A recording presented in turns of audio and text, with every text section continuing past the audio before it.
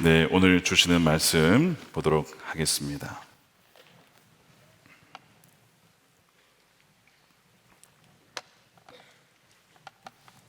네, 창세기 26장 14절에서 25절인데 봉독은 14절과 15절 그리고 18절에서 22절까지 읽겠습니다.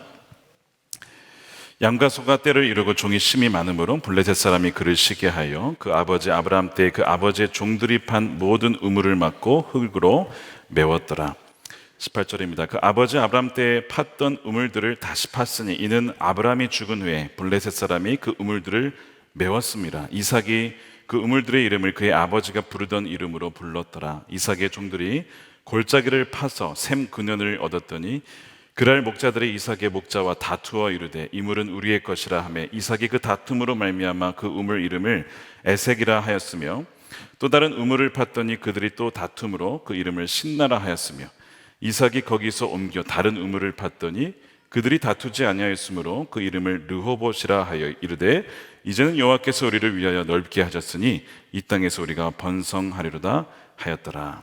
아멘. 하나님의 말씀입니다. 우리 오신 좌우에 또 앞뒤에 앉으신 분들에게 오늘 정말 잘 오셨습니다. 우리 인사하도록 하겠습니다. 네, 정말 잘 오셨습니다. 크신 은혜가 임하기를 축복합니다. 네, 축복합니다. 오늘은 우리 세대를 잇는 믿음의 여정 세 번째 시간이 되겠습니다. 영적으로 막힌 우물이 뚫려야 한다라는 제목의 말씀을 나누겠습니다. 우리는 이미 지난주에 이삭에 대해서 한 차례 살펴보았습니다. 이삭은 뭐 그렇게 특별한 사람은 아니었습니다.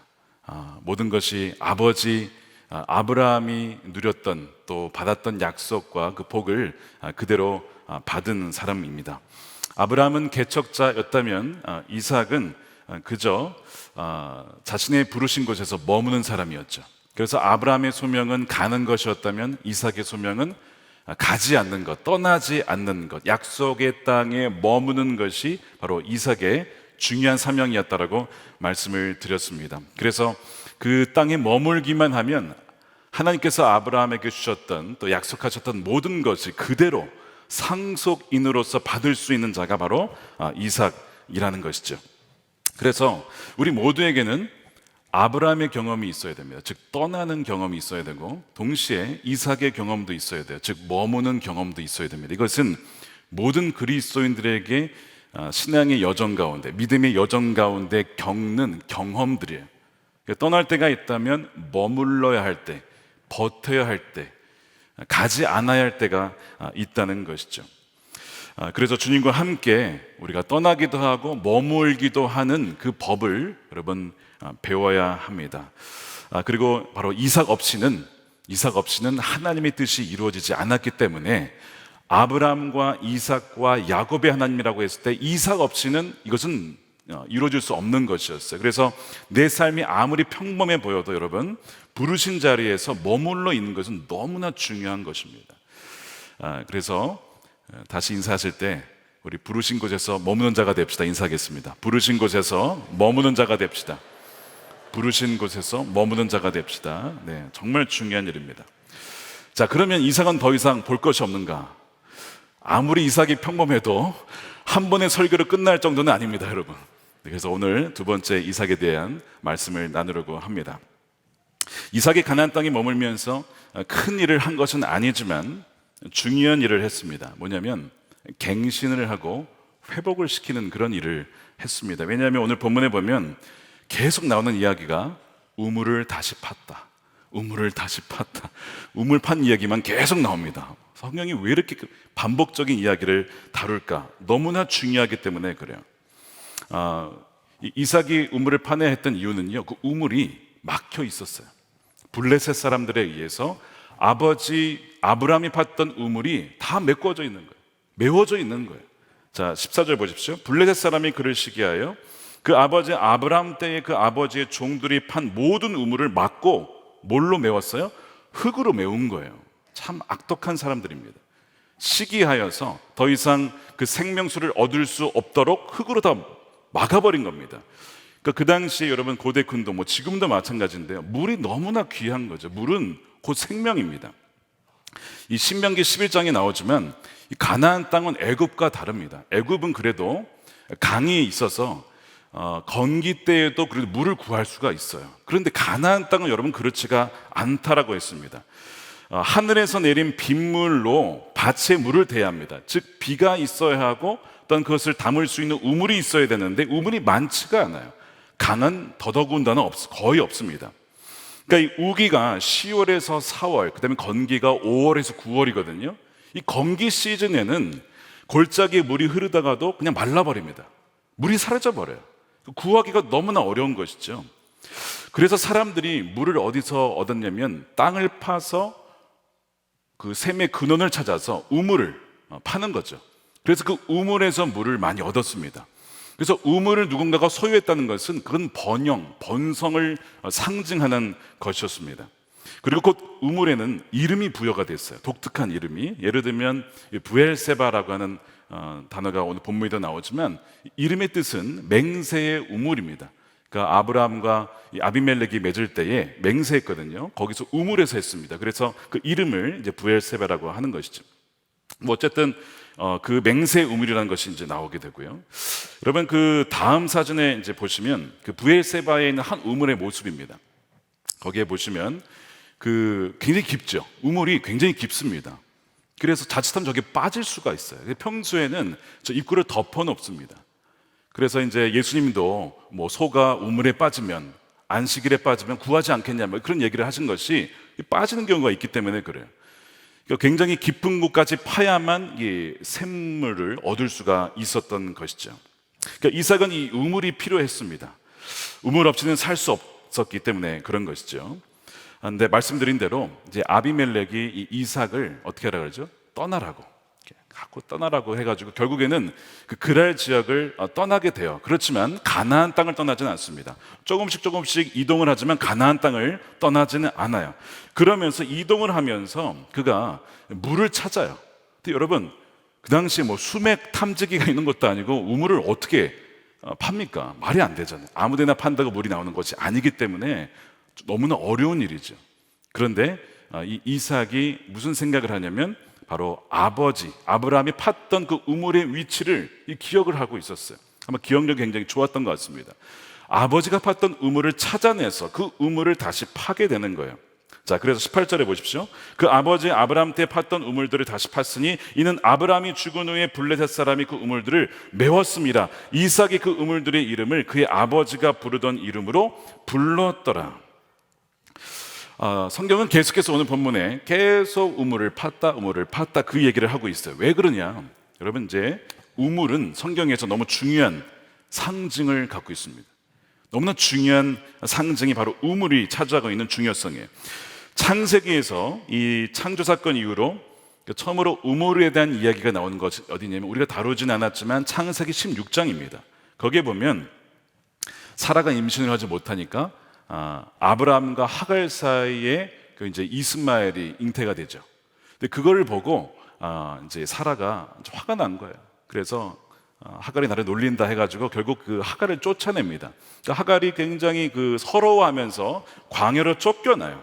근데 거기서 그가 샘을 발견합니다. 그러니까 사실은 죽는 건데 정말 우연치 않게 샘을 발견하게 돼요. 그리고 그 샘에서 하나님을 만납니다. 그러면서 거기에서 참 놀라운 약속을 들어요. 뭐냐면 너의 씨 그 이스마엘도 참 그 크게 번성할 것이다라는 하나님으로부터 약속을 듣죠. 그래서 그 하갈이 하나님의 이름을 뭐라고 부르냐면 나를 살피시는 하나님 이렇게 불러요. 그래서 그 우물의 이름을 부엘라 헤로이, 즉 뜻은 뭐냐면 나를 살피시는 살아계신 분의 우물, 샘물 이런 뜻입니다. 그렇게 그 우물의 이름을 지어요. 그러니까 사실은 이 하갈은 죽을 수밖에 없었지만 자신으로 하여금 샘물에 다다르도록 인도하신 분이 주님이시고 또한 그 샘물의 근원이 바로 주님이시다라는 고백이 바로 이 하갈의 고백이었던 것이죠. 그래서 이사야서에 보면 이 우물을 구원의 우물이다 이렇게 표현을 합니다. 이사야 12장 3절 말씀에 그러므로 너희가 기쁨으로 구원의 우물들에서 물을 기르리로다. 자, 이 구원의 이야기를 예수님이 사마리아 여인과 어디서 만납니까? 우물가에서 만나는 거예요. 우물가에서. 그래서 예수님이 그 우물가에서 물은 내가 줄 수 있다 그러면서 말씀을 하시죠. 4장 14절에 내가 주는 물을 마시는 자는 영원히 목마르지 아니하리니 내가 주는 물은 그 속에서 영생하도록 솟아나는 샘물이 되리라. 그러니까 영혼을 살리고 생명을 살리는 물을 주실 수 있는 분은 나뿐이다라는 거예요. 주님뿐입니다. 이 여인은요, 행복을 어디서 찾았냐면 남편에게서 찾았어요. 첫 번째 남편 별로예요. 두 번째 남편 여기도 아니었어. 세 번째, 네 번째, 다섯 번째까지 또 아니었어요. 그래서 지금 만나는 남자는 여섯 번째입니다. 그런데 그 남자로부터도 행복을 느끼지 못하는 거예요. 그러니까 여인이 자신의 행복의 근원을 남편에서 잘못 찾고 있는 거예요. 남편이 내 인생을 바꿔줄 것이라고 생각했던 거예요. 그렇게 갈증이 있던, 굉장히 불행한 삶을 살았던 여인이 그 여인이죠. 그런데 그 우물가에서 물을 퍼러 왔는데 진짜 그 물의 근원이신 주님을 만나요. 말씀을 듣다가 그녀 안에 믿음이 생기고 그 믿음으로 말미암아 그녀 안에 성령이 임하죠. 그래서 그녀가 마을에 가서 전하자마자 사람들이 그녀의 말을 듣고 믿게 되잖아요. 그러니까 막 그 생명수가 막 퍼져나가잖아요. 그녀로 말미암아 뭐 그런 일이 벌어져요. 자, 그래서 어떻게 이런 일이 벌어지느냐? 바로 믿는 자에게 나오는 그 생명수가 뭐냐? 이게 성령이라는 것입니다. 요한복음 7장 37절에 예수님이 이런 얘기를 하세요. 누구든지 목마르거든 내게로 와서 마시라. 나를 믿는 자는 성경이 이른 것 같이 그 배에서 생수의 강이 흘러나오리라. 이는 그를 믿는 자들이 받을 뭐예요? 성령을 가리킨 것이다. 자, 물은 성령을 가리키고 그 물을 주시는 분은 누구라고요? 예수님이신데 그 성령을 받을 수 있는 통로가 뭐예요? 그것이 여러분 말씀입니다. 여러분 말씀을 듣다 보면 믿음으로 말미암아 성령이 그의 마음에 임하면서 그 사람의 아픔과 상처를 치유하고 정말 그가 원하고 바랬던 진정한 그 갈증을 해결할 수 있는 유일한 분이신 우리 성령님, 바로 주님을 만나게 된다는 것이죠. 자, 그래서 이 우물은 뭘 상징하냐면 바로 성령을 상징하죠. 지금 이 성령은 생명수입니다. 이거를 마셔야만 사는 거예요. 근데 오늘 반복적으로 나타나는 문제가 뭐냐면 이 우물이 어떻게 되어 있다는 거예요? 지금 다 막혀 있다는 겁니다. 가는 곳마다 막혀 있어요. 아버지 아브라함이 가는 곳마다 우물을 다 뚫어놨어요. 그래서 누구든지 그곳에 가면 물을 마셔서 살아나는 거죠.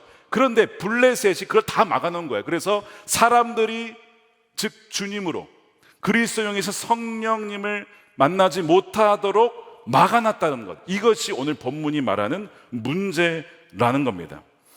흙으로 메워져 있고 온갖 잡동사니로 가득 차 있는 거예요. 게다가 19절에 보면요, 이삭과 그의 종들이 결국에는 이제 자꾸 막힌 것을 파면 쫓아내고 가니까 가다가 다른 곳으로 이동해서 물이 솟아나는 샘줄기를 찾아내요. 근데 이것도 그랄 목자들이 빼앗습니다. 참 악랄하죠. 어떻게 해서든지 물을 마시지 못하게 해서 그들로 하여금 이삭과 그의 종들이 죽게끔 만드는 거예요, 사실은. 그래서 20절에 보면요, 이 우물의 이름을 뭐라고 하냐면, 자 보십시오. 그날 목자들이 이삭의 목자와 다투어 이르되 이 물은 우리의 것이라 뺏어가는 겁니다. 이삭이 그 다툼으로 말미암아 그 우물 이름을 에색이라 하였으며 또 다른 우물을 팠더니 그들이 또 다툼으로 그 이름을 신나라 하였다는 거예요. 자, 에색이라는 이름의 뜻은 다툼이라는 뜻입니다. 다투어서 빼앗은 것이죠. 여러분, 사탄은 하는 짓이 뭐라 그랬어요? 빼앗아가는 겁니다. 도둑질하는 거예요. 그러니까 여러분들이 가지고 있는 모든 좋은 것들은요, 여러분 도둑이 다 훔쳐갑니다. 그게 마귀가 하는 짓이에요. 그래서 그것이 에색입니다. 그 다음에 신나라고 했는데 신나는 대적하다 이런 뜻이에요. 대적함. 근데 이 신나의 어원이 사탄, 이 히브리어거든요. 사탄하고 똑같은 어원에서 나와 있어요. 그래서 사탄은 뭐예요? 대적하는 자입니다. 저항하는 자입니다. 반대하는 자입니다. 막는 자입니다. 이것이 사탄이에요. 이것이 바로 신나의 의미입니다. 그러니까 지금 이 두 가지 이 우물의 이름에서 알 수 있는 건 뭐냐면, 지금 이삭이 이 그랄 지역에서 정말 부정적인 사건들을 엄청나게 당하고 있다는 것을 보여주는 그런 이름들이죠. 여러분, 이것이 무엇을 또 의미하는지 아십니까? 블레셋으로 상징되는 이 이 사탄 그리고 악의 세력들은요, 이삭의 구원의 하나님, 그 다음에 아브라함의 하나님을 만나지 못하도록 그 샘 근원으로 가는 모든 루트를 막아놨다는 거예요. 이것이 마귀가 하는 짓이거든요. 창세기 22장에도 보면요, 아브라함 때도 우물을 팠다가 그쪽의 목자들이 이것을 막고 뺏었잖아요. 그렇죠? 그런 일이 있었잖아요. 근데 한 세대가 지나가도 그 일이 또 벌어졌다는 거예요. 아버지 세대의 문제가 자녀 세대에도 반복이 되고 있어요. 생각해 보세요. 우리 부모님 세대의 문제가 지금은 여전히 반복되는 것이 있습니다. 전쟁, 시기, 질투, 다툼, 정욕, 탐욕, 시대가 바뀌어도요 여전하다는 거예요. 여러분, 이 창세기가 언제입니까? 이거 거의 4,000년, 5,000년, 굉장히 오래된 이야기인데 사람은 그 본성이 바뀌지 않았다는 거예요. 우리가 굉장히 진보한 것 같고 과학기술이 발전은 했지만 사람은 하나도 바뀐 것이 없다라는 것이 지금 오늘 성경이 말하고 있는 거예요. 그리고 이런 일들이 지금 우물을 막고 결국에는 성령이신 그분을 만나지 못하도록 사탄이 방해하는 일은 그때만이 아니고요, 지금 우리에게 벌어지는 일이라는 겁니다. 지금도 벌어지고 있고요. 교회 그 역사를 돌아보면 계속 그 시대마다 그런 일들이 계속 있어 왔습니다. 반복적으로 있어 왔다는 거예요. 여러분, 기도가 안 되십니까? 여러분, 혹시 영적으로 뭔가 답답하십니까? 여러분, 막혀 있기 때문에 그래요. 반드시 이유가 있어요. 그 이유와 원인을 찾아서 여러분 그것을 해결하지 않으면요 어떻게 될까요?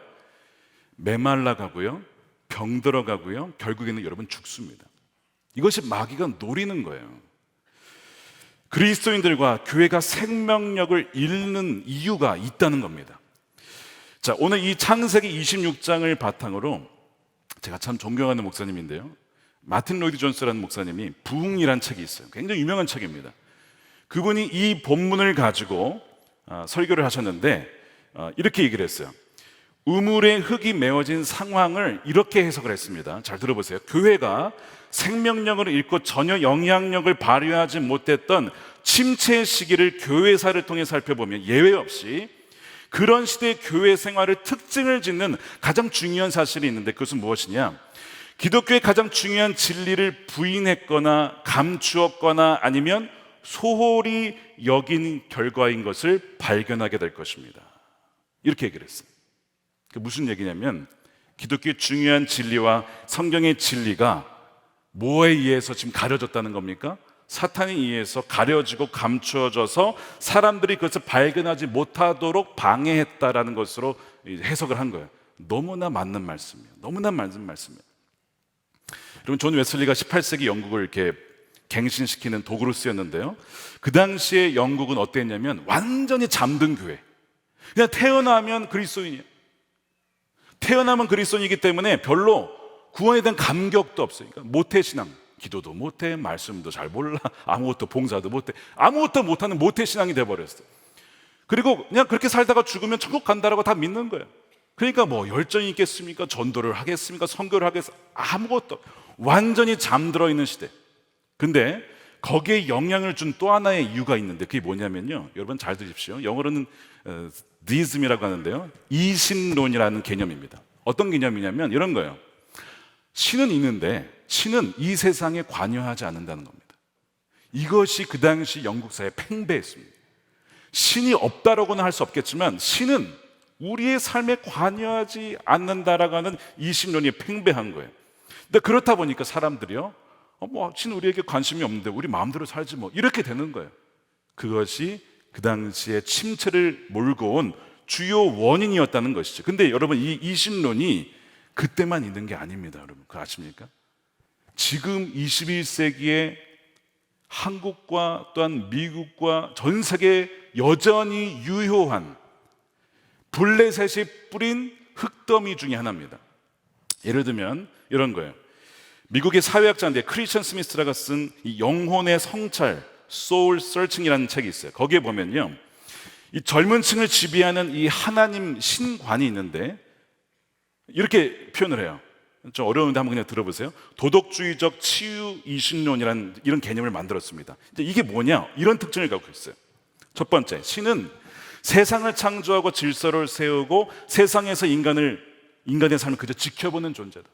관여하지 않는다는 거예요. 두 번째, 그래서 인생의 중심 목표는 그저 행복하고 스스로를 기분 좋게 느끼게 하면 된다. 세 번째, 신은 문제를 해결할 때를 제외하고는 특별히 인간의 삶에 개입하지 않는다. 네 번째, 선한 사람들은 죽을 때 천국에 간다. 이게 젊은 사람들이 갖고 있는 신관, 하나님에 대한 생각입니다. 그러니까 하나님을 부정하는 건 아니지만 신이 존재하는 이유는 우리의 자부심을 높여주기 위해 치료하는 어떤 전문가라는 거죠. 그래서 자신들의 기분이 좋고 선하게 되기를 바라는 신이다라는 거예요. 이 정도로 생각을 해요.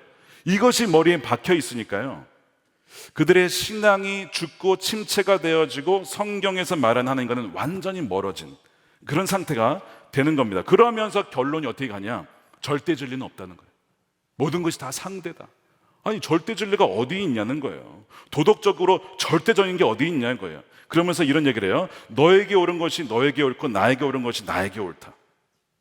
그래서 자신의 생활 방식과 도덕에 기반한 신을 만들어냅니다. 그러니까 그들이 생각하는 신은 이래야만 해라고 하는 신을 만들어요. 만들어진 신이에요. 그걸 믿는 거예요. 절대 진리가 없다라는 거예요. 절대 진리 말하지 말라는 거예요. 여러분들 이거 잘 들어보세요. 절대 진리는 없다라고 얘기를 하잖아요. 이분들이 다 상대적이라고. 근데 절대 진리는 없다라는 것도 또 하나의 절대 진리인 거 아십니까? 절대 진리는 없어. 그러니까 절대 진리 말하지 마라고 하면서 그 말을 강요하지 마라고 하면서 우리한테 강요를 하고 있어요. 절대 진리가 없다라는 것을 강요를 하고 있다고. 그러니까 절대 진리와 절대 진리의 대결이거든요. 무엇이 진짜이냐 가짜냐 그 차이지, 다 절대 주장을 하고 있는 겁니다. 이것을 청년들이 믿고 있다는 거예요. 이것이 자기도 모르게 들어와 있는 의식사고. 그래서 대학만 가면 조용한 탈출, 더 이상 교회를 가지 않아요. 더 이상 믿질 않아요.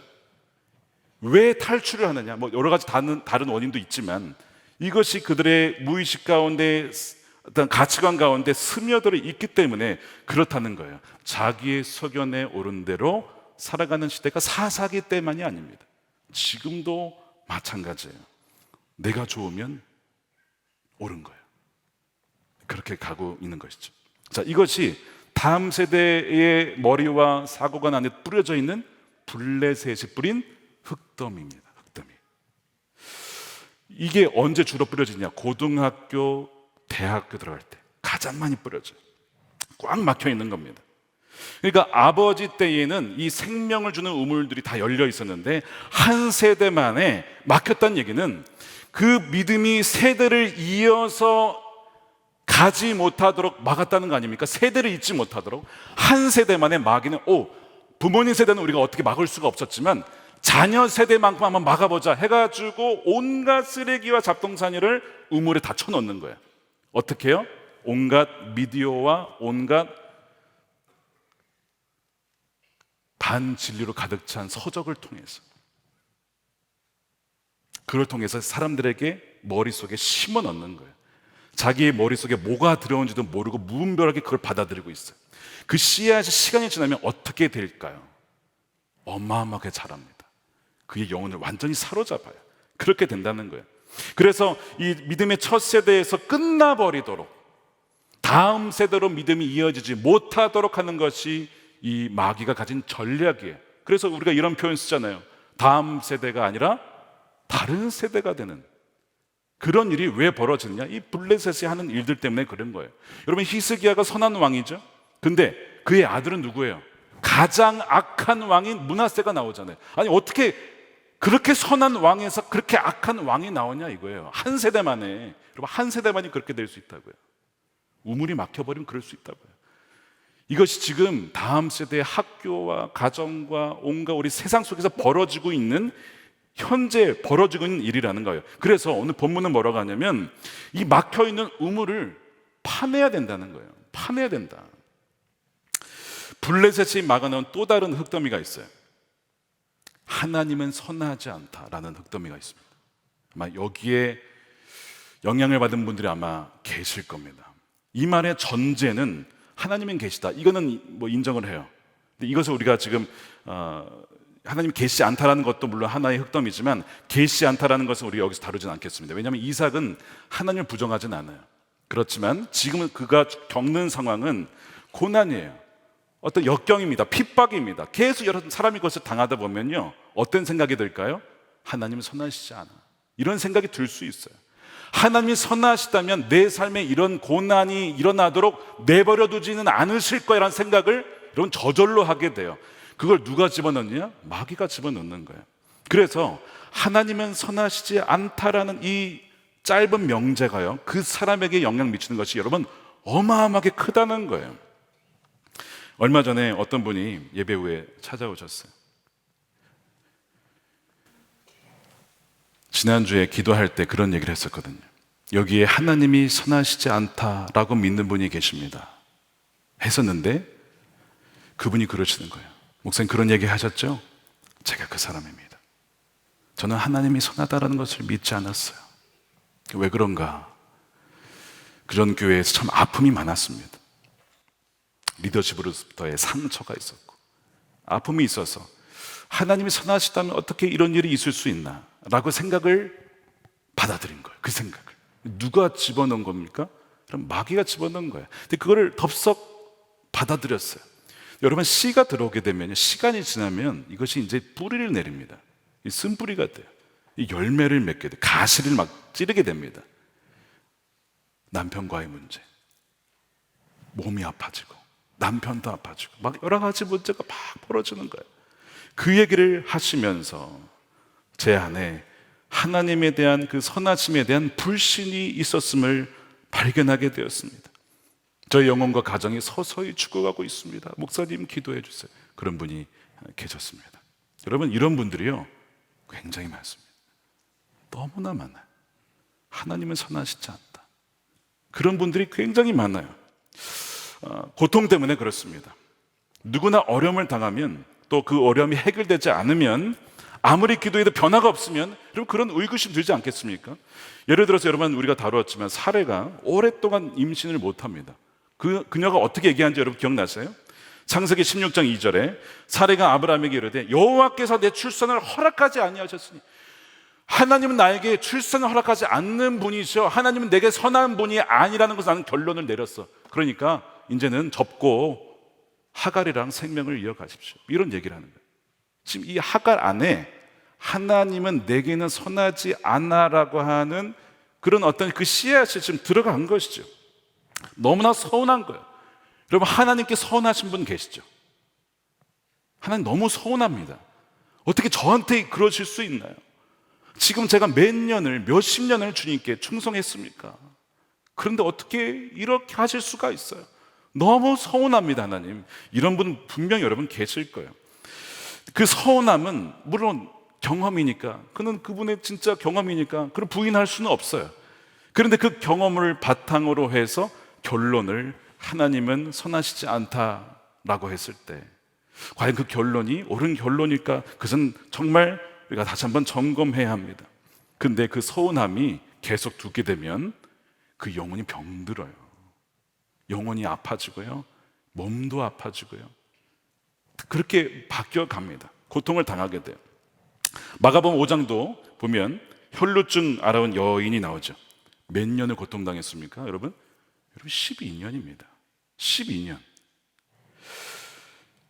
5장 26절입니다. 여러 의사에게 보이면서 고생도 많이 하고 재산도 다 없앴으나, 여러분 이 정도면 병이 나았으면 괜찮아요.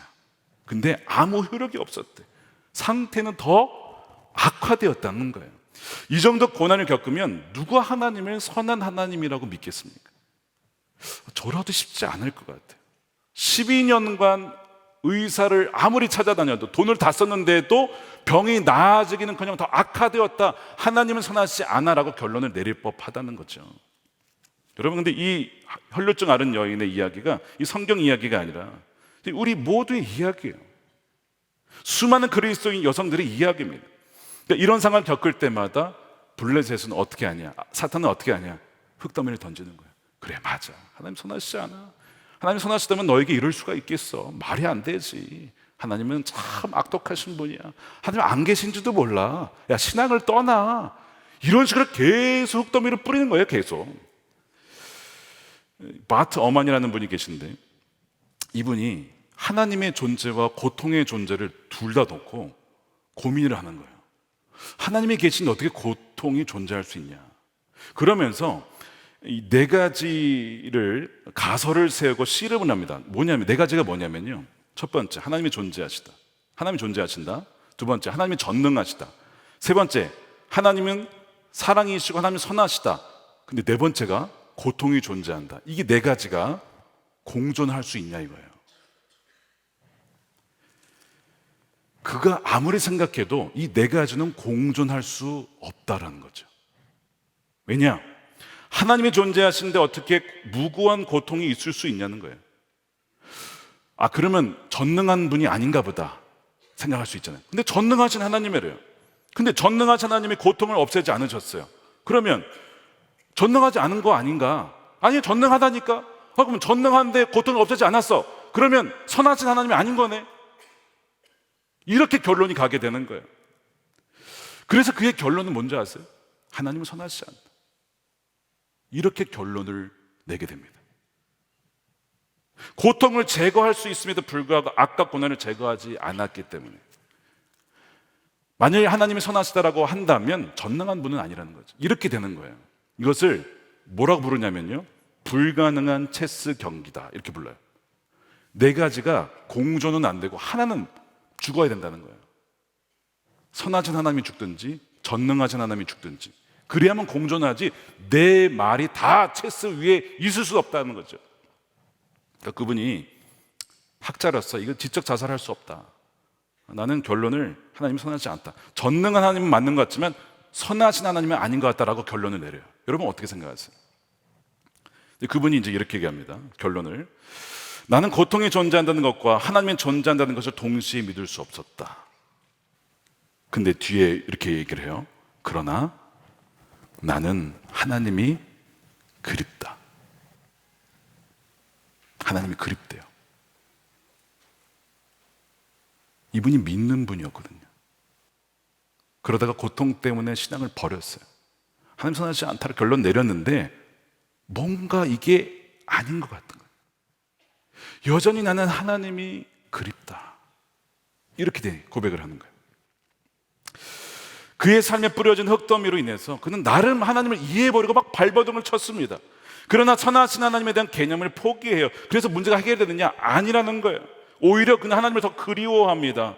여러분, 지금 그 사람에게도 벌어진 일이 뭐냐면 블레셋에 뿌린 흙더미죠. 가라지입니다. 잡초입니다. 그래서 마태복음 13장에 보면 예수님께서 하늘나라를 비유하시면서 밭에 뿌려진 가라지 이야기를 하시죠. 분명히 주인이 좋은 씨만 뿌려요. 좋은 씨만. 그러면 좋은 씨를 뿌렸으니까 거기서 알곡이 나와야 되잖아요.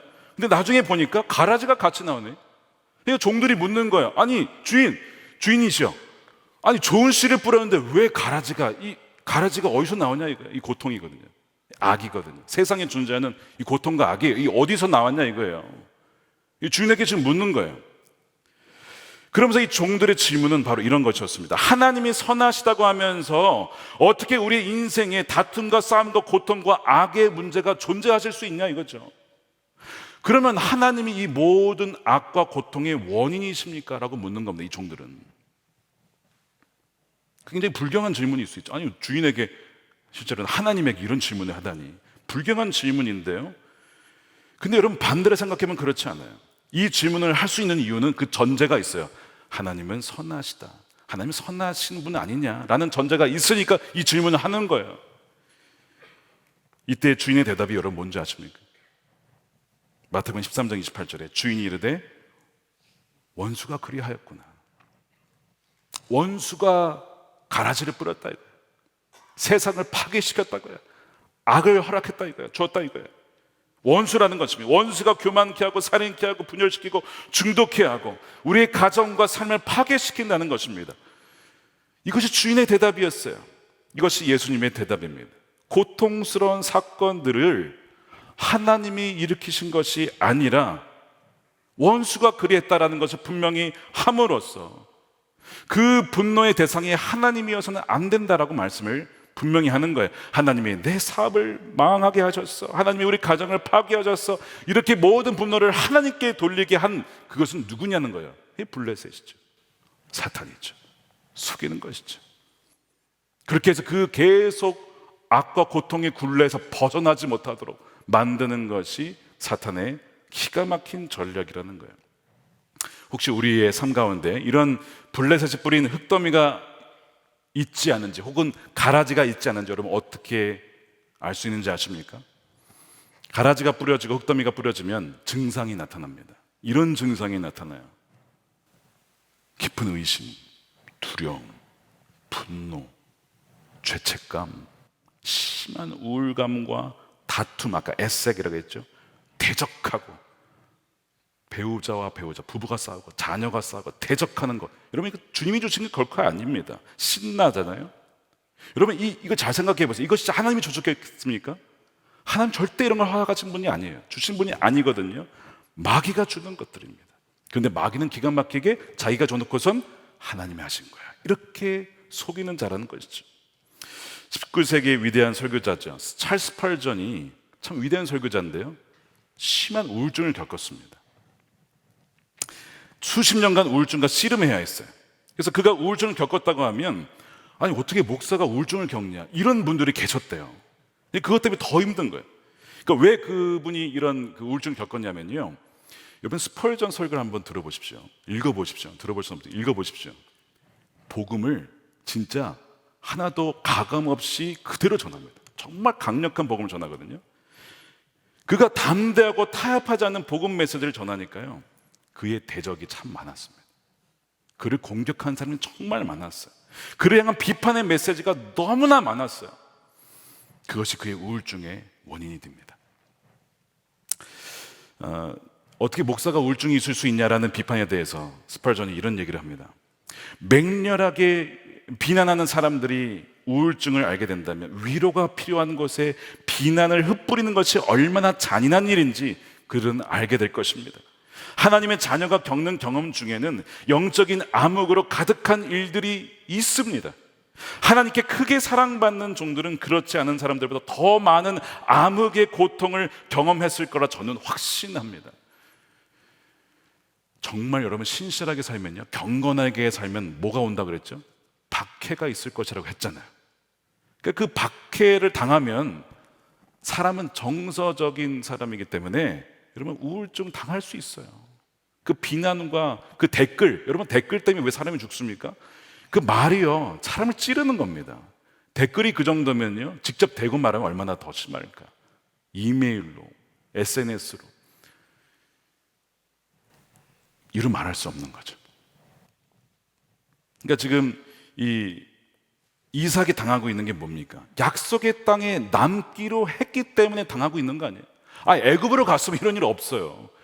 약속의 땅에 남기로 하니까 그렇게 이런 가는 곳마다 떠나라 가라 핍박을 당하고 박해를 당하고 우물을 파놓으면 다 빼앗아가고 샘물을 찾아내면 우리 것이라고 속이고, 그런 고난을 남아있기 때문에 당하는 것입니다. 경건하게 살면 여러분 박해가 있어요. 지금 이삭에 당하는 고난이 그겁니다. 에색과 신나, 다툼과 대적함을 당하는 것입니다. 스펄전도 마찬가지예요. 복음을 그대로 정했기 때문에 사탄이 가만 놔두질 않았던 것입니다. 문제는 이것을 가만 놔두게 되면 이 병이 든다는 겁니다. 말씀드린 것처럼 그의 영혼을 병들게 하고 아프게 만들어요. 그러면서 자신도 모르게 부정적인 신념과 부정적인 감정이 자꾸 생겨나요. 그래서 이것이 자신에게 향하면 자기 혐오, 건강하지 못한 자존감, 자기 연민 신세 한탄으로 가고요. 이것이 다른 사람을 향하면 사람에게 대해서, 목회자에 대해서, 권위자에 대해서, 나라에 대해서, 정부에 대해서 막 원망과 반감이 막 일어납니다. 대상에 따라 좀 다르긴 하지만 이것이 막 일어나는 거예요. 그것이 바로 이 가라지로 인한, 흙더미로 인한 바로 열매, 아주 부정적인 열매입니다. 이것이 더 나아가게 되면 이제 부정적인 믿음이 생겨요. 여러분 믿음 중에서도 부정적인 믿음이 있어요. 그것도 믿음입니다. 어떤 믿음이냐? 나는 안 된다, 쟤는 안 된다, 누구는 안 된다, 우리는 망할 거다, 그런 믿음이 있다. 이것도 여러분 믿음이에요. 예수님께서 가버나움 갔더니 그들이 믿지 않음을 이상히 여겼더라. 아무것도 예수님이 할 수 없었습니다. 그들이 믿지 않았기 때문에 그래요. 그래서 여기에도 믿음의 법칙이 작동을 해요. 뭐냐면 실패할 것이라고 믿으면요 실패합니다. 안 된다라고 믿으면 안 됩니다. 이게 믿음의 법칙이거든요. 민수기에 보십시오. 이스라엘 백성들이 뭘 믿었습니까? 우리는 광야에서 죽을 거야 라고 믿었어요. 광야에서 죽는 거예요. 우리는 그 땅에 들어가지 못할 거야. 들어가지 못하는 거예요. 부정적인 믿음도 여러분 믿음이기 때문에 그래요. 부정적인 믿음도 뭐예요? 씨앗입니다. 씨앗이기 때문에 이것이 심겨지면 당장은 영향이 없을 수 있지만 씨앗은요 시간이 지나면 뿌리를 내리고 그거에 합당한 열매를 맺게 됩니다. 갈라디아서 6장 7절 말씀 우리 함께 읽어볼까요? 시작. 스스로 속이지 말라. 하나님은 업신여김을 받지 아니하시나니 사람이 무엇으로 심든지 그대로 거두리라. 자기의 육체를 위하여 심는 자는 육체로부터 썩어질 것을 거두고 성령을 위하여 심는 자는 성령으로부터 영생을 거두리라. 그러니까 성령이 말씀하신 대로 순종하여서 심는 자는 그 성령의 열매를 맺고, 그냥 내 육신에 따라서 나는 안 믿어져, 싫어, 말이든지 어떤 믿음이든지 무엇이든 간에 다 씨앗이에요. 여러분, 이것은 다 심겨집니다. 우리 삶에 영향을 미칩니다. 그래서 거기 반드시 뭐가 맺혀요? 열매를 거두게 된다는 거예요. 그러니까 여러분, 지금 우리 삶에 벌어지고 있는 것들을 한번 살펴보세요. 열매들이 있어요. 근데 다 긍정적인 열매는 아닙니다. 부정적인 열매들이 있어요. 관계가 깨어졌다거나 뭔가 건강에 문제가 생겼다거나, 물론 모든 건강의 이슈가 그것 때문은 아니지만 우리의 영혼과 육은 연결되어 있기 때문에 영혼이 아프면 몸도 아파요. 그런 열매들을 살펴보면 이것이 어느 순간 뿌려진 부정적인 씨앗, 부정적인 믿음의 결실이라는 것을 여러분 알게 될 겁니다. 근데 이것을요 그냥은 몰라요. 기도하다가 성령께서 알려주십시오.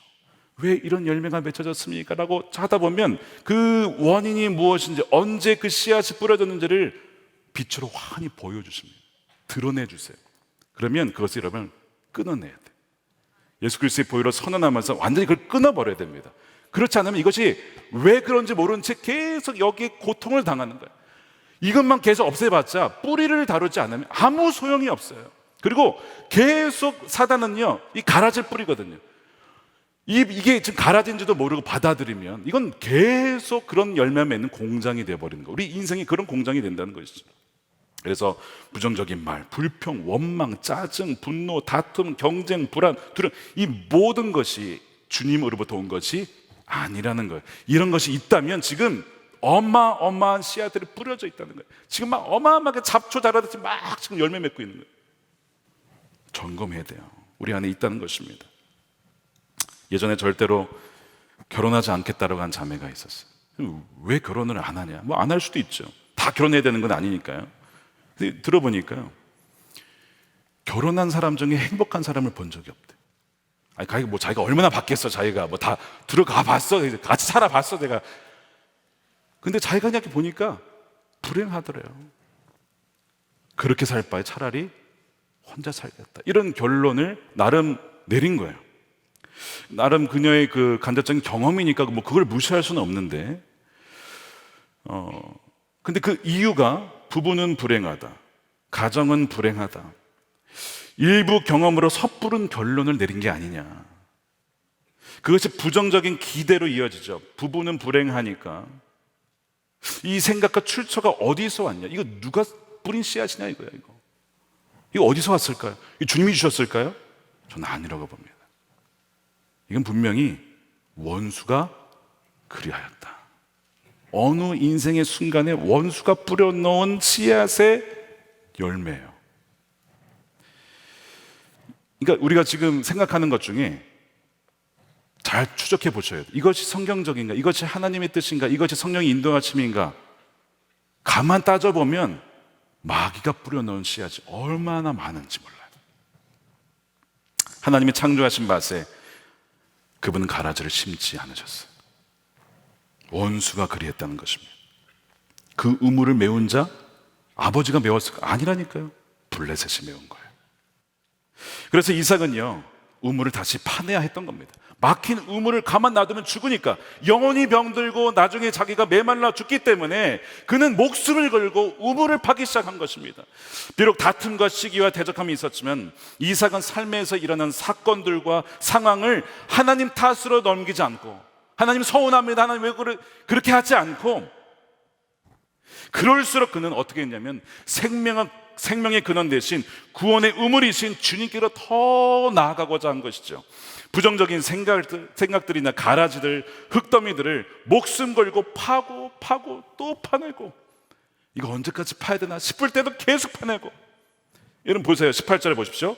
그 아버지 아브라함 때 팠던 우물들을 다시 팠으니, 19절에 골짜기를 파서 생근원을 얻었더니, 21절에 또 다른 우물을 팠더니, 22절에 이삭이 거기서 옮겨 다른 우물을 팠더니, 25절에 이삭의 종들이 거기서도 우물을 팠더라. 파고 팠더라. 여러분, 얼마나 살고 싶었으면 이 우물을 그렇게 팠을까? 목숨 걸고 판 것입니다. 여러분, 이것을 우리에게 이렇게 적용할 수 있어요. 우리 오늘 기도하실 때, 여러분 기도하실 때 오늘 부르짖는 기도도 하셔야겠지만 이렇게 한번 기도를 해보세요.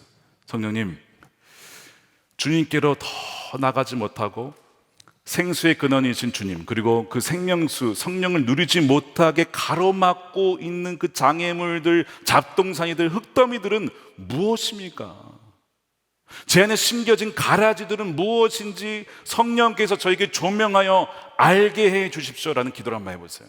그러면 여러분 기도하다 보면요, 처음에는 잘 몰라요.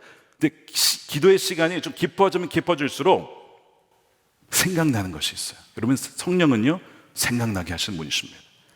알려주세요. 우리가 묻고 그분을 존중하고 그분께 엎드려서 주님 알려주시면 정말 기가 막히게 어떤 사건이 떠오르든지 어떤 말이 떠오르든지 그 장면이 떠오르든지 알려주십니다. 거기에서 들어가서 거기서 완전히 우리가 회개해야 될 것이 있다면 회개해야 되고요, 그 다음에 그걸 완전히 보혈로 끊어버려야 돼요. 싹을 완전히 잘라버려야 됩니다. 그 기도를 꼭 하셔야 됩니다. 많은 가라지들이 묻혀있기 때문에 그래요. 많은 분들이요 마음에 원한이 있어요. 원한이, 응어리가 져 있습니다. 그래서 받은 상처와 아픔 때문에 누군가를, 어떤 사람은 정말 대놓고 미워하고 어떤 사람은 겉으로는 잘 모르지만 속 깊은 곳에서 그를 향한 원망과 미움이 있어요. 용서를 안 하고 있습니다. 근데 여러분, 그 사람이 나에게 한 것이 사실이라 할지라도요, 여러분 그 사람이 한 게 아니에요. 누가 한 거예요? 원수가 그렇게 한 겁니다. 원수는 그 사람이 그렇게 한 것이라고 속여서 자기는 싹 빠지고 계속해서 그 사람을 미워하게 만들어서 이 사람도 나도 병들게 하고 그 사람도 힘들게 하고 결국엔 모두가 함께 죽게 만드는 것이 마귀의 계획이에요. 그러니까 정말 용서하기 너무나 어렵죠. 그런데 그렇게 용서를 안 하면요 결국 다 죽는 거예요. 속는 겁니다. 그러니까 지금 내 마음에 이렇게 병들고 아픈 이유가 뭐냐, 왜 이렇게 답답한 것이냐, 왜 이렇게 풀리지 않는 것이냐, 잘 찾아보면 미움과 원한이 있으면 여러분 발견하게 될 겁니다. 그것을 용서하셔야 됩니다. 그 사람이 용서하셔야 됩니다. 십자가에서 푸셔야 됩니다. 그 에즈베리 부흥 이야기를 들어보면요, 부흥이 갑자기 터진 게 아니에요. 그 이전부터 소위 그 막힌 우물을 판 뭐가 있었냐면 예비적인 일들이 수년간 있어 왔어요. 그래서 부흥을 위한 기도와 회개를 위한 기도와 눈물의 기도와 애통의 기도와 그 다음에 캠퍼스와 학생들을 돌면서 기도하는 그 수많은 우물 파기와 같은 예비적인 일들이 있어 왔다는 것을 보게 돼요. 이것이 뭐냐면 이삭처럼 우물을 판 거예요. 여러분, 대학생들이 얼마나 많은 공격을 당하는지, 학교에서 영적으로, 정신적으로, 학문적으로 얼마나 많은 공격을 당하는지 모릅니다. 그들을 위한 기도, 미리 우물을 판 것이죠. 그렇기 때문에 이것이 에즈베리만이 아니라 미국 전역에 쫙 퍼지고 있는 것이죠. 막힌 우물을 판 이후에 여러분 그 다음에 해야 될 것이 뭐냐면 여러분 채우셔야 됩니다. 자, 파낸다 하고 그 원인을 발견한 다음에 그것을 끊어낸 다음에 그 다음에 할 것은요 다시 채우는 것입니다. 저는 본문에 블레셋의 우물을 메웠다라고 했던 그 메웠다라는 단어 있잖아요. 이것이 사탐이라고 하는 단어인데요, 이게 이제 어근으로 따지면 사탄하고 같은 거예요. 어쨌든 이 사탐이라고 하는 이 단어가 히브리어인데 이 헬라와 상응하는 단어가 있습니다. 이것이 바로 플레오라고 하는 단어예요. 플레로. 이 플레로가 어디에 쓰였냐? 성령으로 충만함을 받아라, 이 단어를 써있거든요.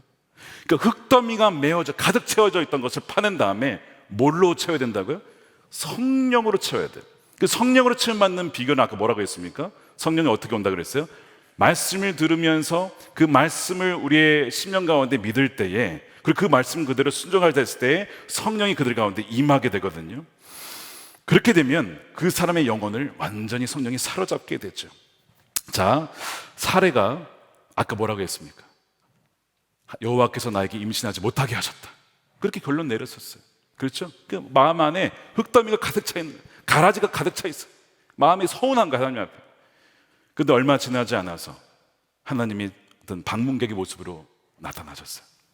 그러면서 하나님 뭐라고 하시냐면 이런 얘기를 하시죠. 그 가라지를 제거하면서 그녀의 다음에 이맘때에 내가 반드시 너를 다시 찾아올 거야. 그때 너에게 아들이 있을 거야 라고 하시죠. 그녀에게 말씀으로 채워주십니다. 그리고 정말 그 말씀대로 오십니다. 방문하시죠. 그것을 파카드라고 했어요. 하나님의 특별한 방문과 돌보심. 그래서 그녀가 그렇게 오랜 기간을 우울해하고 슬퍼했지만 이제 주님께서 나를 웃게 하셨다는 고백을 하잖아요. 그녀의 마음이 치유가 일어나게 된 것입니다. 또한 여러분, 혈루증 앓았던 12년 동안 알았던 그녀의 경험 무엇입니까? 여러분, 역시 하나님을 선하지 않다였습니다. 근데 이상하게 그녀는 그럼에도 불구하고 하나님을 떠나지는 않아요. 이상하지 않아요? 12년간 돈 쓰고 의사를 만나도 병은 더 악화되었으면 하나님 떠날 만하지 않습니까? 그런데도 그녀는 하나님을 떠나지를 않아요. 예수님에 대한 소문을 들어요. 그리고 예수님을 찾아갑니다. 차마 만날 수는 없어. 그럴 용기는 없어. 그런데 그녀 안에 사실 이 12년간 수많은 고통과 아픔 때문에 여러분 얼마나 많은 흙더미와 가라지가 쌓였겠습니까? 하나님에 대한 원망이 있었겠어요. 그런데 그 가라지와 그 흙더미 안에 뭐가 있었냐면 아주 자그마한 씨앗이 있었는데, 어떤 씨앗이냐? 이런 이 믿음의 씨앗이 있었던 거예요. 내가 그의 옷에, 옷자락에 손만 대기라도 하면 구원을 얻을 거야. 고침을 받을 거야. 여러분, 기적 아닙니까 이거? 12년간 그렇게 수많은 의사를 만나고 돈을 다 썼는데 병은 더 악화됐음에도 불구하고 벌써 신앙 버렸다고 이걸 대부분 사람들 같았습니다. 그런데 떠나지 않고 예수 믿는 소문을 듣고 옷자락만 만지면 내 병이 날 거야 라고 하는 그 믿음이 어디서 나왔는지 예수님을 그렇게 터치를 하게 돼요. 그때 여러분, 주님이 뭐라고 하십니까? 주님이 뭐라고 하시죠? 따라. 그리고 내 딸아, 내 딸이라고 얘기했어요. 12년간 하나님 날 버리셨어. 버리지 않고서야 내가 어떻게 이렇게 이 병을 12년간이나 앓고 재산 다 탕진하고 몸도 버려가면서 하나님이 선하시다면 이럴 수는 없지라고 떠날 만도 한데, 알고 봤더니 그렇지 않았어. 하나님 날 버린 게 아니었어. 모르시다 하지 않고 뭐라고 부르신다고요? 딸아, 내 딸아. 그 내 딸이래요. 내 딸아, 너의 믿음이 너를 구원했어. 평안히 가라. 그동안 너무 아팠지, 너무 힘들었지. 내 딸아, 이제는 평안히 가라. 내 병에서 놓여 건강할지어다. 건강할지어다. 저는 분명히 그 여인이 거기서 펑펑 울었을 것이라 생각해요. 그동안에 쌓였던 수많은 서러움과 아픔과 역경들과 수치와 모욕들. 여러분, 의사를 만났다고 했잖아요. 그 당시에 의사는 대부분 다 남자 아닙니까? 여성의 병인데 남자 앞에서 얼마나 많은 수치를 당했을까요? 아마 속임을 당한 게 아닌가 싶어요. 돈은 돈대로 쓰고 수많은 수치를 당했겠죠. 그런데 그 모든 아픔을 그 한 말씀으로 다 치유가 된 것이죠. 초반에 말씀드린 그 성도님 펑펑 울면서 저에게 찾아오셨어요. 하나님이 선하신다고 저는 믿지 않았습니다. 그런데 그 이후로 더 아프고 우리 가정은 더 힘들어지고 이제는 정말 우리 가정이 다 파탄될 만한 그런 지경에 이르렀습니다. 알고 봤더니 저의 잘못입니다. 하나님은 선하시더라고 제가 믿지 않았던 저의 문제였습니다. 여러분 보세요. 하나님은 선하지 않다라고 믿었다면서요. 근데 왜 금요 성전집회 오셨습니까? 하나님은 선하지 않다면서요. 근데 왜 주일 예배에 오셨습니까? 그의 마음 중심에 여전히 하나님이 그립다. 선하신 하나님이 너무 그리워. 하나님 나를 여전히 사랑하죠. 하나님은 여전히 우리 가정 포기한 거 아니야. 나에게 병이 있다고 하나님이 나에게 그렇게 악한 분 아니야 라고 하는 숨겨진 어떤 그 일말의 어떤 가능성, 믿음, 지푸라기 같은 심정, 그것 때문에 나오신 거 아니에요. 나오셔서 얼마나 우시던지. 저는 뭐 특별한 기도한 것도 아닙니다. 그냥 당신의 주님이 너무 사랑하십니다 했는데 어찌나 우시던지.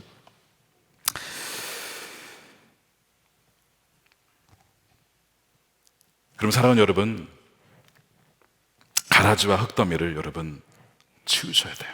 오늘 여러분 기도하실 때 완전히 매듭을 지었으면 좋겠습니다.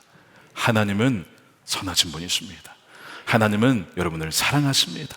하나님은 그냥 사랑 그 자체입니다. 우리는 너무나 사랑하셔서 자신의 독생자를 다 주고 또 더 줄 것이 없을까 싶어서 다 내어주신 분이 우리 하나님이시라는 거죠. 24절에 하나님 이삭에게 나타나십니다. 난 너희 아버지를 보살펴준 하나님이야. 내가 너와 함께 있다. 내가 너와 함께 있어. 너가 고난이 있어도 역경이 있어도 내가 널 떠난 게 아니야. 내가 너와 함께 있어. 두려워하지 마. 너에게 복을 주고 너의 자손은 불어나게 될 거야 라고 하니까 그 말씀에 지금까지 숱한 다툼과 차별과 박해를 당했는데 그냥 그 말씀 하나로 이삭이 얼마나 마음에 감사했든지 25절에 이삭이 그곳에 제단을 쌓고 주님의 이름을 부르며 예배하였다. 뭐라고 예배했을까요? 저는 분명히 이렇게 했을 거예요. 하나님을 찬양하고 감사했을 것입니다. 왜냐하면 여러분 에베소서 5장에 보면 성령 충만한 자의 특징이 나와요. 19절에 이렇게 나옵니다. 시와 찬미와 신령한 노래로 서로 화답하며 여러분의 가슴으로 주님께 노래하며 찬송하십시오. 모든 일에 언제나 우리 주 예수 그리스도의 이름으로 하나님 아버지께 감사를 드리십시오. 감사와 찬양이 성령 충만한 자의 특징이라는 거예요. 분명히 이삭이요 그 자리에서 하나님 찬양합니다. 감사합니다. 나와 함께 하신 주님 너무나 감사합니다. 그 기쁨의 예배를 그렇게 드렸을 거예요. 사랑하는 여러분, 우리의 감사의 이유는 딴 게 아니에요. 그죠? 하나님 때문에, 하나님 함께 하심 때문에 우리는 언제나 모든 일에 감사와 찬양을 드릴 수가 있는 거예요. 그렇게 되면요 그것이 생명수처럼 주위에 흘러갑니다. 주위 사람 보면 저 사람 저 상황 속에서 어떻게 저렇게 찬양하고 감사할 수가 있지? 그렇게 아마 묻게 될 겁니다. 왜냐하면 꼭 이삭처럼 핍박을 받고 박해를 받아도 하나님의 함께 하심으로 주여 찬양합니다. 감사합니다. 구원의 우물을 터뜨려 주셔서 생명수가 주위에도 흘러갈 수 있도록 하는 그런 놀라운 인생을 살게 된다는 것입니다. 사랑하는 여러분, 여러분들의 막혀있는 우물이 뚫리시기를 축복합니다. 오늘 여러분들의 삶 가운데 우리 주님께서 이삭이 되어주셔서 여러분들의 모든 막혀있는 우물을 오늘 뚫어내실 것입니다. 관계에 막혀 있습니까? 영적으로 답답하십니까? 모든 어떤 내려오는 어떤 죄악들이 있습니까? 오늘 이 저녁에 예수 그리스도의 보혈을 의지해서 완전히 끊어버리시고 완전히 그 예수 그리스도의 그 생명과 성령의 새롭게 하시는 역사를 누리며 다시 한번 주 앞에 일어서는 여러분들의 삶이 되시기를 주님의 이름으로 축원드립니다. 우리 함께 찬양하겠습니다. 우리 하나님의 그늘 아래 함께 찬양하시면서 우리의 신령한 노래로 하나님께 찬양하고 감사하며 그렇게 올려드리고 우리 함께 기도하는 시간 갖겠습니다.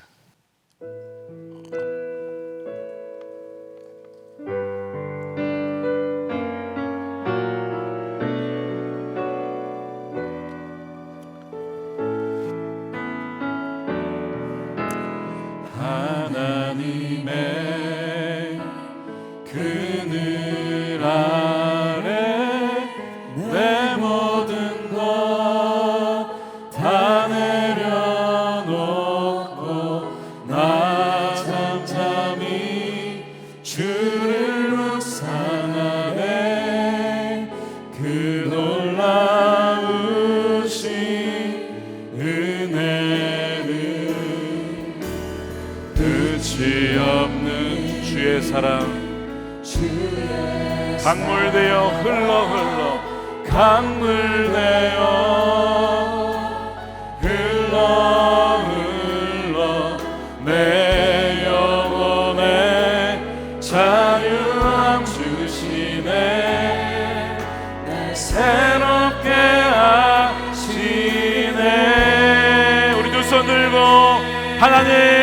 하나님 사랑, 하나님 사랑, 그 사랑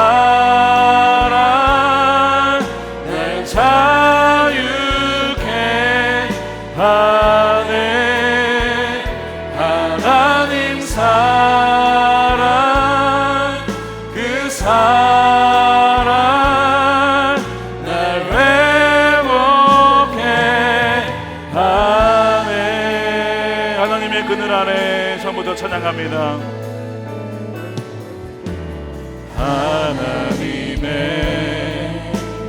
그늘 안에 내 모든 것 다 내려놓고 나 잠잠히 주를 묵상하네. 그 놀라우신 은혜를 끝이 없는 주님의 그 사랑, 주의 강물 되어 흘러갑니다. 강물 되어 흘러 흘러 내 영혼에 자유함 주시네. 날 새롭게 하시네. 날 새롭게 하시네.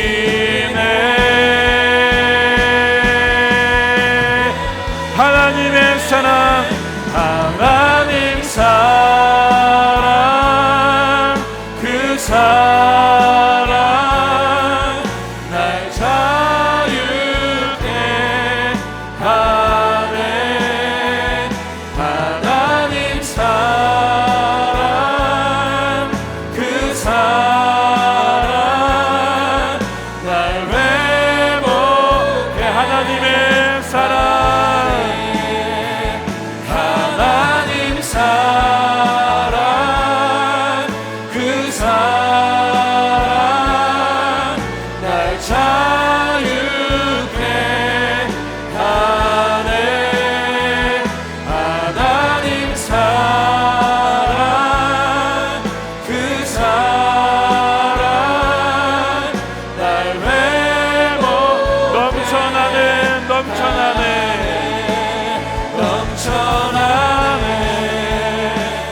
넘쳐나네. 우리 주를 향한 내 속의 갈망이, 주를 향한 내 속의 갈망이, 주 날 이끌어 주옵소서. 날 이끌어 주소서. 주님을 더 원하. 넘쳐나네, 넘쳐나네, 넘쳐나네. 주님을 향한, 주를 향한 내 속의 갈망이 주님께로 날 이끌어 주소서. 주님을 더 원합니다. 함께 기도하겠습니다. 여러분 삶에 다툼과 대적, 애색과 신나의 사건들이 있으십니까? 참 고통스러운 일들이죠. 다툰다라는 것, 화합하지 못하고 분열되고 싸우고 빼앗고 너무나 고통스러운 일입니다. 그러다 보니까 나도 모르게 누군가를 원망하게 되고요, 누군가를 미워하게 되고 신세를 한탄하게 되고, 심지어 여러분 하나님도 원망스럽게 됩니다. 이 시간에 나도 모르게 그렇게 범죄했던 주님, 우리의 입술을 주의 보혈로 정결케 하여 주옵소서. 주님, 우리의 상한 심령을 주께서 온전히 치유하실 수 있습니다. 주님께서 이 시간에 어떤 상황에도 우리로 하여금 주를 온전히 신뢰하여서, 아버지 하나님, 이것이 주님이 하신 것이 아니라 원수가 그리하였구나, 그리고 그 원수의 모든 권세도 이미 십자가에서 이기신 주님이 주시는 그 권능으로 말미암아 이겨나가게 하여 주옵소서. 우리 주여 한번 외치고 담대하게 기도하도록 하겠습니다. 주여, 에색과 신나와 같은 아버지의 삶의 여러 가지 어려움들이 있습니다. 아픔이 있습니다. 주님, 그것으로 말미암아 누군가를 더 미워하고 더 아버지 하나님 분열하고 시기하고 아버지 원망하는 일이 없게 하여 주옵소서. 아버지 오히려 이것을 대적하고 사단이 그렇게 한 것임을 깨닫고 아버지 하나님 우리가 마땅히 기도해야 될 대적을 알게 하여 주시옵시고 우리가 풀어야 될 아버지 하나님 사람들은 누구인가를 알게 하여 주시옵소서. 우리 입술로 원망하며 불평했던 그 모든 죄악들을 주여 십자가의 보혈로 우리를 정결케 하여 주시옵소서. 아버지 너무나 힘들어서 아파서 고통스러웠던 아버지 과거의 모든 아픔들을 주여 치유하여 주시옵시고 주님을 온전히 신뢰합니다. 아버지 그 중에서도 르호봇 우리의 자리를 넓게 하시고 웰세바에서 우물을 내시고 우리 길을 여신 하나님을 찬양하고 신뢰합니다. 사랑하는 모든 성도들의 아버지 앞길을 인도하시는 하나님 주여 다툼과 분쟁이 그치고 진정한 평화와 샬롬의 그 은혜를 주님 허락하여 주시옵소서. 오 주님 성령의 놀라운 그 은혜가 주여 부어지게 하여 주시옵소서. 찬양합니다. 할렐루야. 아버지 주여 바라보게 하여 주시옵시고 하나님 주를 온전히 주목하며 나갑니다. 시간을 빼앗기지 아니하고 하나 되신 주님 아버지 우리의 영원한 왕 되신 주님만을 온전히 바라보게 하여 주옵소서. 믿음의 주의 온전케 하신 주님이 우리의 전부가 아니십니다. 오 찬양 성도들을 시선을 주님께로만 온전히 고집해 나갈 수 있도록 인도해 주시옵소서.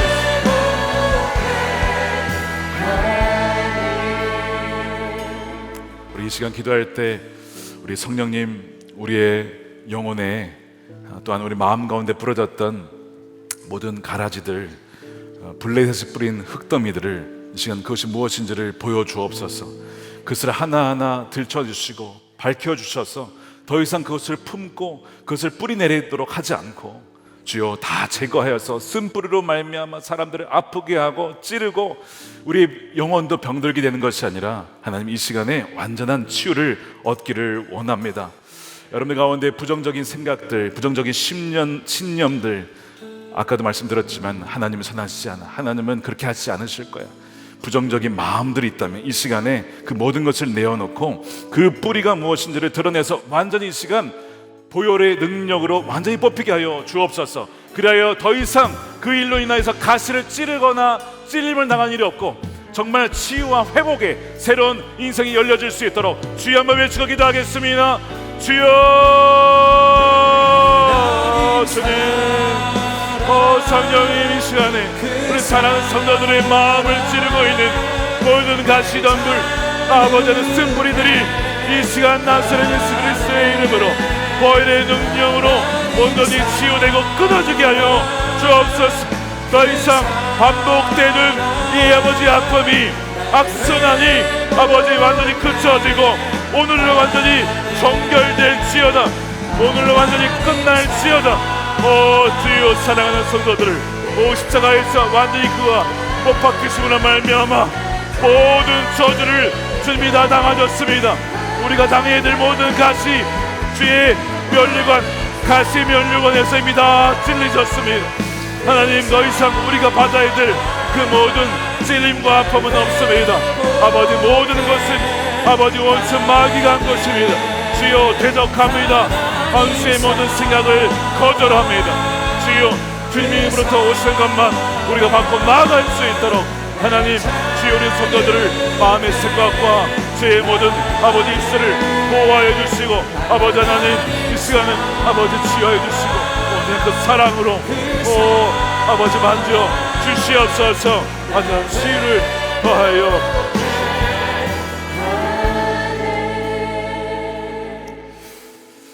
우리 마지막으로 기도하기 전에 오늘도 여러분 강단에서 나와서 브엘세바에서 예배했던 이삭처럼 그렇게 부르짖고 기도하실 분 나오시길 바라고요. 또한 오늘 안수 기도가 있습니다. 기도하는 가운데 여러분들의 모든 상한 심령이 치유되고 모든 그 쓴뿌리가 온전히 치유받는 은혜의 시간이 되기를 축복합니다.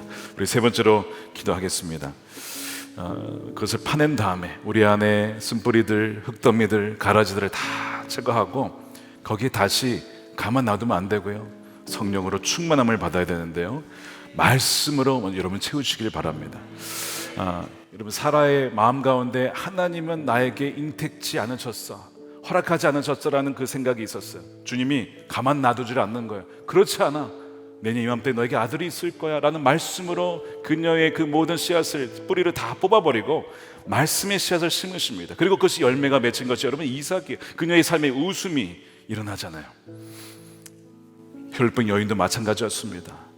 나를 미워한 것이 아니었어, 하나님 나를 버린 것이 아니었어, 딸아, 내 딸아, 너가 이제는 너희 믿음대로 모든 아픔에서 건강하게 될지어다, 너희 믿음대로 될지어다. 주께서 말씀을 계속 심어주시는 거예요. 분명히 그녀의 남은 인생도 말씀으로 말미암아, 성령으로 말미암아 충만한 인생을 살았으리라 저는 확신합니다. 오늘 이 시간에 기도할 때에 주여, 이 시간에 말씀을 대적하고 말씀을 골라서 내가 좋아하는 것만 먹었고 또 읽었던 것을 이 시간 회개하며 모든 주의 말씀이 저에게 주시는 말씀인 것을 믿고 아멘으로 취하여서 우리 영혼이 말씀으로 충만하고 그리하여 성령으로 충만하여 날마다 매 순간 주님과 연합하고 동행하는 그 복된 삶을 누리게 하여 주옵소서. 주의 마음에 외치고 기도하도록 하겠습니다.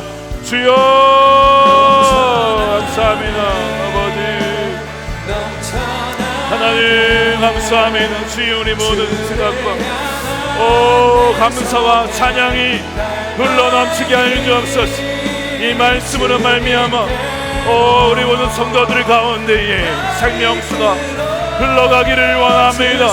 주여, 오늘도 주여 비워진 곳에 아버지 주의 말씀으로 채워주시고 성령으로 충만하게 하소서. 성령으로 충만하게 하소서. 주님 말씀으로, 약속의 말씀으로, 살아계신 하나님의 말씀으로 오늘도 우리 안에 거하시는 주님 아버지 찬양합니다. 이미 성령의 임재로 충만하게 아버지들 가운데 역사하셨사오니 주여 그 주의를 이루어 주옵소서. 한 사람도 그냥 왔다 가지 않게 하시고 마당만 밟고 하다 하지 않게 하시고 성전에 왔다 가지 않게 하시고 주여 임재가 있는 지성소로까지 나아가게 하소서. 주님의 완전한 믿음 가운데 완전 치유를 누리고요 나가게 하여 주옵소서. 찬양합니다. 주님 감사합니다. 주님 그를 이루어 주신 주님을 찬양합니다. 할렐루야 하며 이 말씀 할렐루야 하며 주님을 높여드리며 하나님의 감사와 찬양을 받아 주시옵소서. 저들의 모든 삶 가운데 하나님의 생명수가 넘쳐 흐르게 하여 주시옵소서. 할렐루야 하며 주님 완전한 자유를 주시는 하나님 찬양합니다. 하나님 주님 우리 왕이신 주님 치유자 되신 주님 오늘 그 일을 이루었음을 감사합니다. 완전 자유로 허락하여 주시옵소서. 하나님 감사합니다. 시간하게 해보시오. 주님 완전한 사랑 가운데 머물며 완전한 그 사랑 가운데 충만함을 얻게 하여 주옵소서. 할렐루야. 주님을 바라보며 나아가며 저들의 마음을 만드시옵소서. 주님 위해 주시옵소서.